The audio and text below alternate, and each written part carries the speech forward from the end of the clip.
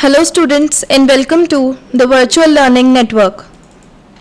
This is session 18 for Nutrition for the Community, and here we will discuss major deficiency diseases part 2, anemia and iodine deficiency disorders.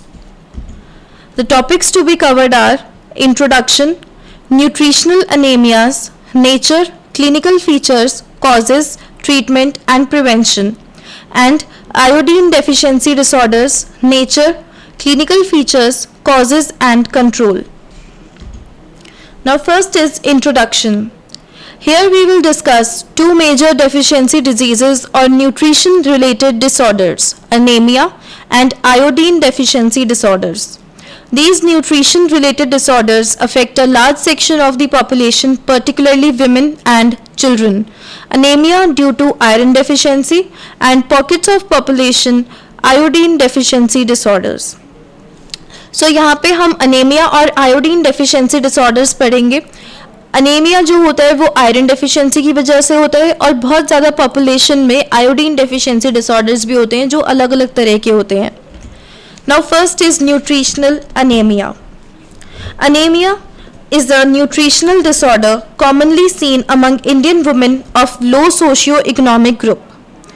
It is also observed even among women of higher income group. It is estimated that about 60 to 70% of pregnant women in the rural areas and urban slums suffer from anemia. Anemia is also common in preschool children, that is 1 to 5 years old, school age children and women in the reproductive age group 15 to 45 years of age. So anemia एक nutritional disorder है जो basically Indian women में होता है जो लो socio economic group में होती हैं, यानी कि लो इनकम ग्रुप की जो विमेन होती हैं उनमें ज़्यादा प्रेवलेंट है. और ये हम ऑब्जर्व कर सकते हैं कि ज़्यादातर जो विमेन हायर इनकम ग्रुप की भी होती है उनमें भी ये डेफिशिएंसी होती है. Anaemia is basically from the iron deficiency. Anemia is a condition where hemoglobin levels in blood fall below the normal level. So anemia एक कंडीशन होती है जिसमें ब्लड में हीमोग्लोबिन लेवल नॉर्मल लेवल से नीचे होता है. Hemoglobin is a pigment present in the blood which gives red color to the blood. So basically hemoglobin एक पिगमेंट होता है, रेड कलर्ड पिगमेंट होता है जो हमारे ब्लड को रेड कलर देता है and is important for carrying oxygen to the different body tissues in the body. Hemoglobin is a substance containing iron and protein. Now, the symptoms of anemia. जो clinical symptoms होती हैं anemia के, they arise when the transport of oxygen by the blood is insufficient to meet the needs of the body. The symptoms are therefore related to physical activity. The following flowchart will explain it. जब haemoglobin कम होता है हमारी body में, उसकी वजह से tissues में oxygen supply बहुत पुअर हो जाती है और इसकी वजह से जो बॉडी की कैपेसिटी है फिजिकल वर्क करने की वो कम हो जाती है, यानी कि एनर्जी भी कम हो जाती है, and this is anaemia. Then other clinical changes which appear include pallor or paleness of certain parts of the body. Paleness is one of the clinical signs based on which anemia is diagnosed.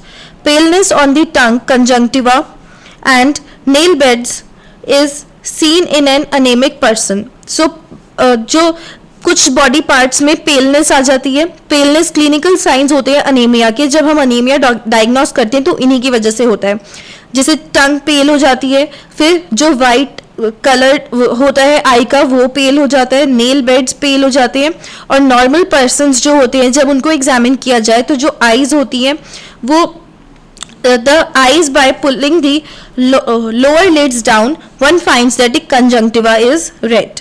Similar in the case with the tongue. In anemia due to reduction of hemoglobin this appear very pale and whitish.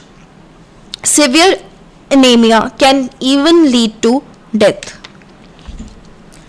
Now the causes of anemia.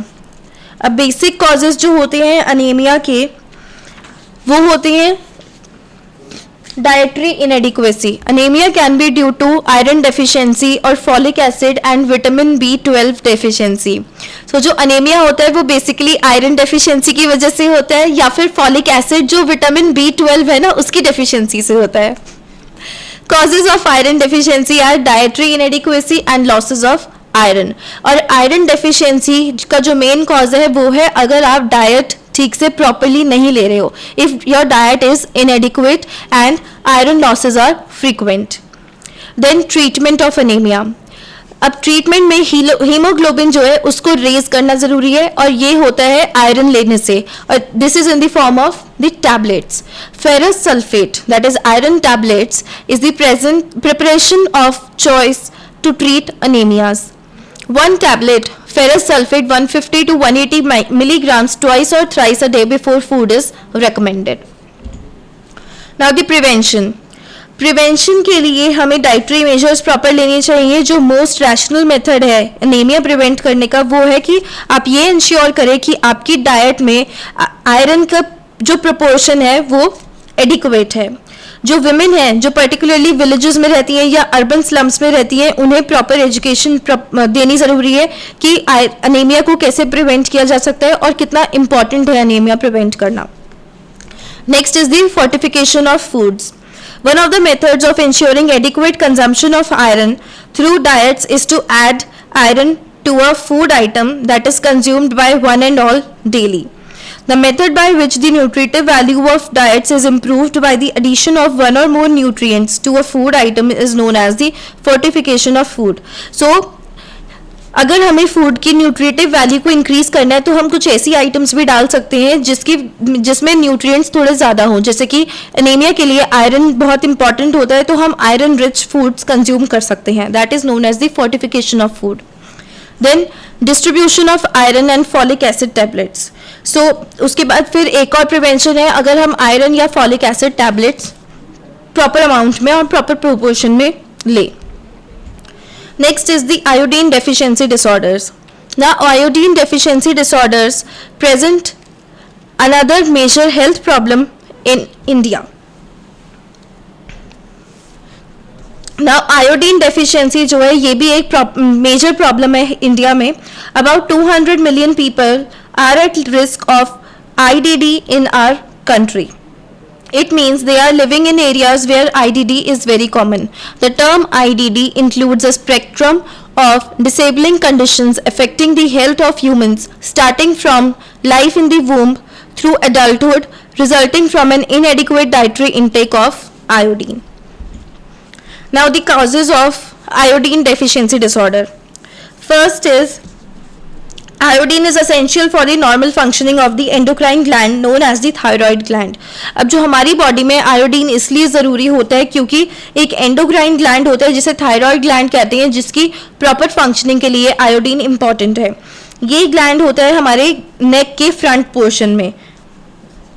The secretion from the gland, a hormone called thyroxine, is very important for normal human development and health. So normal human development के लिए और proper health के लिए एक thyroxine hormone होता है जो ये endocrine gland, that is thyroid gland secrete करता है जो बहुत important होता है. So iodine इसकी formation में help करता है. When iodine is inadequate, the thyroid gland enlarges in an attempt to produce thyroxine for the body needs. और thyroid gland जब आयोडीन इनएडिक्वेट होता है बॉडी में तो थायराइड ग्लैंड एनलार्ज कर जाता है, बड़ा हो जाता है जिसकी वजह से थायरॉक्सिन प्रोड्यूस हो सके जो एक प्रॉब्लम बन जाती है. So, when iodine is inadequate, the thyroid gland enlarges in an attempt to produce thyroxine for the body needs. Apart from this, certain chemical substances called goitrogens, that is goiter producing substances, interfere with utilization of iodine by the thyroid gland. इसके अलावा कुछ ऐसे chemical substances होते हैं जिन्हें goitrogens कहते हैं जो हमारी बॉडी में आयोडीन ठीक से यूटिलाइज नहीं होने देते. अब कुछ फूड्स होते हैं जैसे कि कैबेज और रेडिश, ये इनके अंदर गोइट्रोजेंस होते हैं और इन फूड्स को अगर हम लार्ज क्वांटिटीज में कंज्यूम करें तो इसकी वजह से आयोडीन डेफिशिएंसी हो सकती है. Now the spectrum of iodine deficiency disorders. अब सबसे पहले डिसऑर्डर जो होता है that is goiter और इसकी लेवल ऑफ सिवियरिटी होती है यहाँ पे ज़्यादातर goiter depending upon the size of swelling. जितनी ज़्यादा स्वेलिंग होगी उतना ही ज़्यादा goiter जो है सिवियर होता जाता है. Then thyroidism. हाइपोथायरॉयडिज्म में वेरिंग कॉम्बिनेशंस होते हैं क्लिनिकल साइंस के, वो डिपेंड करता है एज पे देन ड्यूरेशन पे और सिवियरिटी पे. Next is subnormal intelligence, mental deficiency, hearing defects, squint, spasticity, muscular weakness. These all are of the variable severity. इनकी सिवियरिटी अलग अलग होती है. It depends on the proportion of deficiency. Then endemic cretinism, intrauterine death and spontaneous abortion or miscarriage. Now basically जो goiter होता है उसका मतलब होता है swelling या फिर thyroid gland की enlargement. और जो cretinism होता है ये बहुत severe है. It is the severe manifestation of IDD. It refers to adverse effects of iodine deficiency on the infant and young child. Cretinism का बहुत एडवर्स इफेक्ट होता है आयोडीन डेफिशिएंसी में. इन्फेंट्स जो छोटे बच्चे होते हैं उनमें ज़्यादातर. नाउ आयोडीन डेफिशिएंसी जो है वो ब्रेन डेवलपमेंट के साथ इंटरफेयर करती है फीटस के. इसका मतलब है कि उसमें इरिवर्सिबल ब्रेन डैमेज भी हो सकता है बर्थ से पहले ही. और एक इन्फेंट जब आयोडीन डेफिशिएंट मदर से बॉर्न होता है तो ही और she is likely to suffer from hypothyroidism. If this condition of iodine deficiency or hypothyroidism continues further after birth, the child may suffer from a series of disorders which may include mental retardation, growth failure, speech and hearing defects, neuromuscular disorders and paralysis. और ये जितने भी defects होते हैं इसकी वजह से mentally retarded, def, mute और क्रेटिन यानी कि एक चाइल्ड बन जाता ऐसा फॉर्म होता है जो क्रेटिनिज्म से सफ़र करता है. और fortunately there are a few areas in our country where cretinism is common.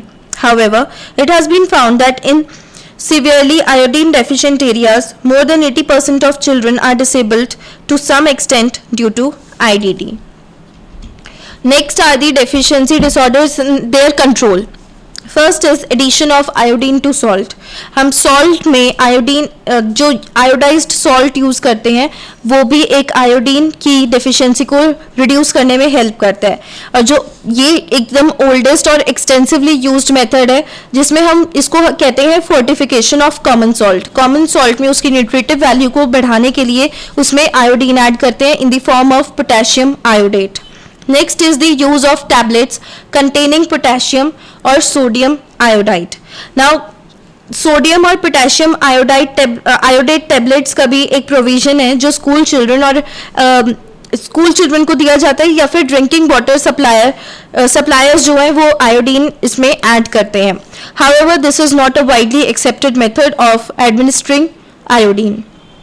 Then use of iodized oil. Now during the last decade, injection of oil to which iodine has been added has been adapted for the control of goiter and cretinism in areas where the IDD is severe. जो अब इसकी जो advantage है वो है कि एक जो इंजेक्शन होता है 1 ml डोज का आयोडाइज ऑयल की वो प्रॉपरली एक इंडिविजुअल को 3 से 5 साल तक प्रोटेक्ट कर सकता है. But this is more expensive. ये थोड़ा ज़्यादा एक्सपेंसिव हो जाता है और थोड़ी सी इसकी जो रिस्क है वो भी इसको डिफिकल्ट बना देते हैं मेथड को. Now here are some questions for you. First is list the population groups at risk of developing anaemia. And second is which are the areas in India where iodine deficiency has been prevalent for years. That's all for this session. Thank you and have a nice day.